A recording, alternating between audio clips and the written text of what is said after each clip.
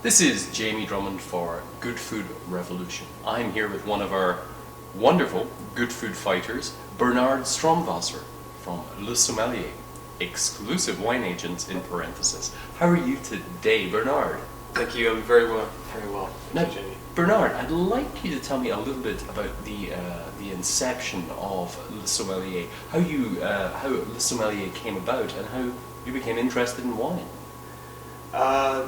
So I guess let me answer the first question: how Le Sommelier came about. I've done extensive travels to different wine areas in France, and one of those trips was in December, Christmas time, 1999. And with my folks, and we went to the Alsace, state in Strasbourg. And upon one of those travels, we came across this one winery, Sommelier, who was a very small operation, 30,000 bottles, family owned. His father's the mayor of this very small town of 50 people, Blindschwiller. And they have a very old estate with a couple Grand Cru vineyards. We tasted the wines; they came highly recommended. It's not really on the maps really for any big North American publications. In fact, the wines are not sold outside of France, except to Ontario. Tasted through the wines and really enjoyed Hervé Soler and his company, and the wines are really wonderful. And I've always wanted to have my own job, have my own company, and from that point, when I tasted the wines, things kind of clicked. I'm not sure exactly how. It wasn't something that was premeditated, or I hadn't really thought of too much before that trip. But I realized I wanted to bring in specifically the one wine that just blew me away, and to this day I think is one of the finest wines that we carry, is his Grand Cru Vincenberg Pinot Gris, at the time called Tokay Pinot Gris. And he makes 70 cases of this wine, very limited production. And so we figured, I wanted to bring this wine into Canada, and had really no idea how to go about doing that. So I remember when I came back, I registered the company on January 6th of 2000. And I think that same day I called an LCBO store and I said, hi, I'd like to put the wines, I'd like to have some wine that I'd like to put on the shelves of the LCBO. And the person must have said, so are you an agent? I said, what's that? And they said, are you serious? I said, how do I become an agent? They said something about the AGCO. I called the AGCO, figured out how to become an agent, met with LCBO Specialty Services at the time, and started, going down that route. I was working full-time at another job. What were you doing previous to moving into the wine industry? Different sales jobs in I guess, financially related sales jobs. Right. So at one point I was selling group retirement pension plans for financial institutions. This was a door-to-door salesman? No, it was outside sales. Outside sales. We did pension plans and vacuums. Vacuums, right. Pretty cool.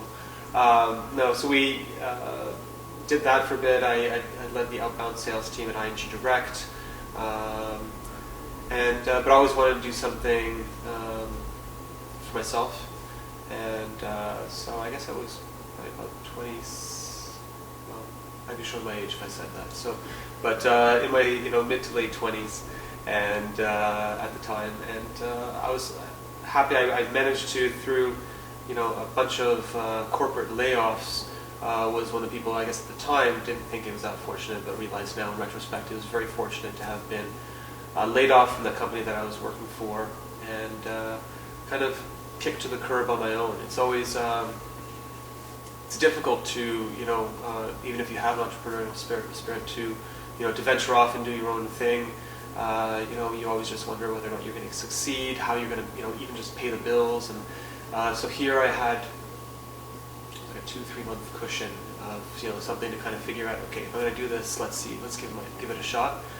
And I gave it a shot, and it took a few months. I mean, the beginning of a consignment business, in order to be an agent, if you're going to sell to restaurants, you have to do private orders, and it's it's not an easy task to taste someone on wines today and then tell them it's going to be 6 to 8 weeks if they're lucky, many times 3 to 5 months, if it's coming from Australia. But so that's a bit of the history now, and of Le Sommelier and how it started.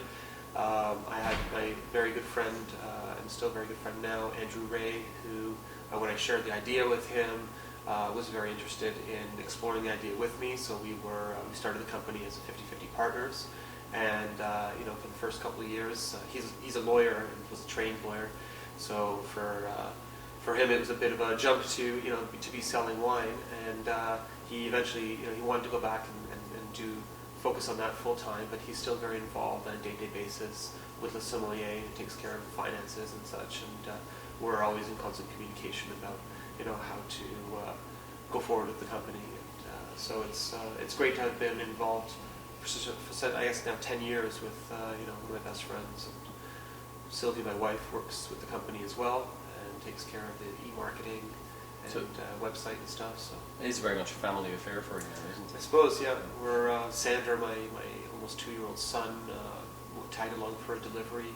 Excellent. Yeah, about 3 months ago. So we're hoping that he can do 6-packs. He can't do full cases. So if you were to put together a philosophy that would really sum up the Sommelier, what would that be? I'd like to think that we look for premium wines from small family-owned estates. Don't really have a specific wine area. We do look for, wines from any quality wine producing area in the world. But I guess quality wine is first and foremost what we look for. And as I mentioned, family-owned estates, basically, because I think what I've realized is we share those same philosophies. That people who have these small estates tend to be in the business because they're passionate about it. I think we all need to have a job because we need to make money, but it's these people in particular who have chosen this field because they love it. They love either working with their hands, they like making wine, they like traveling the world and talking to people all over the world about their wines. And so I'd say premium wines from all over the world would be our main philosophy. But recently you actually took on a Canadian winery, another one of our recent Good Food Fighters, actually. Is that right?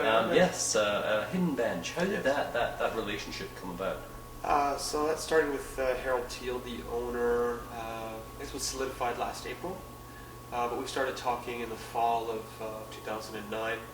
And I'd heard of the winery. Obviously, the wines have a really wonderful reputation. I went to the winery, actually, I guess in 2007 or maybe beginning of 2008, with a few friends of mine, friend winemakers, and we had Fred Howard from Dog Ridge. Oh yes. He had a good friend from university who was married to the then winemaker Jean Martin, and so he hadn't seen her in a long time, so we had decided to go up all together for a visit at the winery, tasted the wines, and thought the wines were marvelous. I don't think we were really equipped at the time to even approach a winery and say that we wanted to. We were equipped to have the sales team to sell and commit to selling their wines. So we represent Hidden Bench to licensees across Ontario.